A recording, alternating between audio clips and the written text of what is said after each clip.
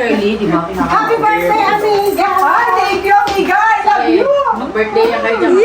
Gusto mo yan Gusto kasi ko. sabi mo, ay naku, kasya sa'yo. Kasya sa akin? Kasi pangarap mo yan. Yung magputol na mo. Oo!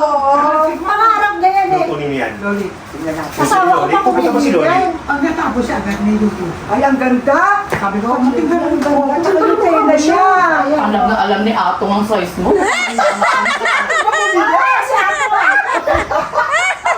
Ayan mo kaya ito. Hindi tama yan. A picture. A picture. Ay, paano ba to? Pina, Ay, thank you, Jane! I love you. ang panghalo ko sa ulam sa araw.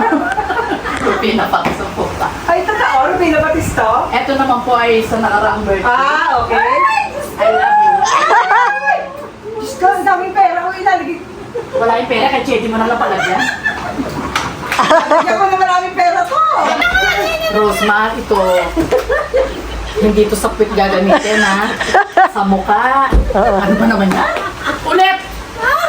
Joe, ka muna tatay na pupunta dito sa harapan. Rosmar, ito regalo ko sa iyo. Hindi ito para sa puwit.